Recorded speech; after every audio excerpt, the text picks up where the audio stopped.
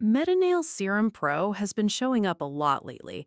I wanted to understand whether that's because it works or just because the marketing is good. So I broke it down properly. This is CritiqLab. I don't recommend things I haven't actually examined.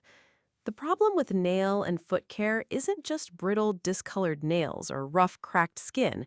It's that there's so much conflicting information about how to address it that most people end up paralyzed or just cycling through options that half work.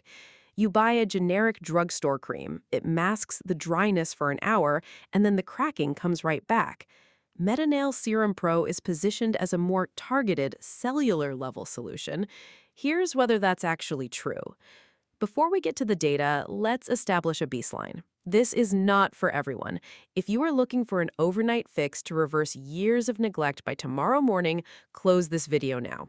This is specifically for pragmatic individuals who are willing to apply a daily topical routine to get structurally sound nails and clear skin over a realistic timeline. The mechanism works like this.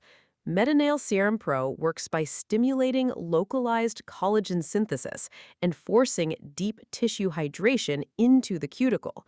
The reason most pharmacy alternatives underdeliver is they target the outermost dead skin layer, which produces temporary changes at best. This takes a different approach.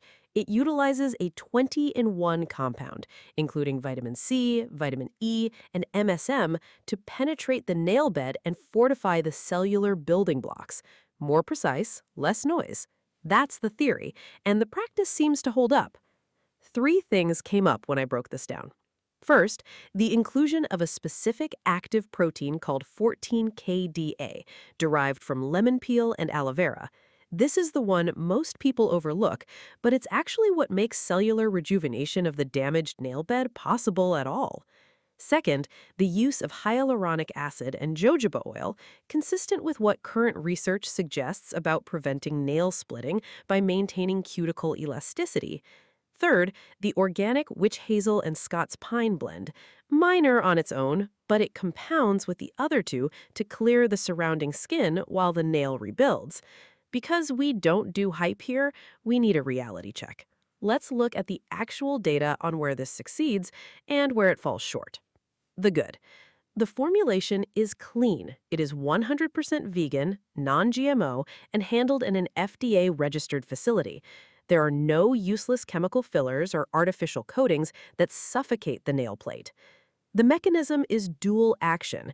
It tackles structural nail weakness and severe skin dehydration at the exact same time. The sourcing is vetted. Ingredients are handled according to the USDA National Organic Program, ensuring you aren't putting degraded compounds on compromised skin. The bad. The daily discipline. It requires consistent application. If you apply it once a week and forget about it, the cellular hydration cycle breaks down. The accessibility. You cannot buy this at a local pharmacy. It is strictly available online, which means you have to account for shipping times. If the mechanism makes sense to you and the problem I described matches where you are, the link to the official page is in the description. Direct link, no resellers. Avoid third-party marketplaces. That is usually where fake bottles circulate. They also have bundle options right now that include free US shipping and 2 digital biohacking guides. Read through their breakdown, cross-reference what I've said, and make the call. You've got the picture now. That's the full breakdown. I've laid out what the evidence suggests. The rest is your call.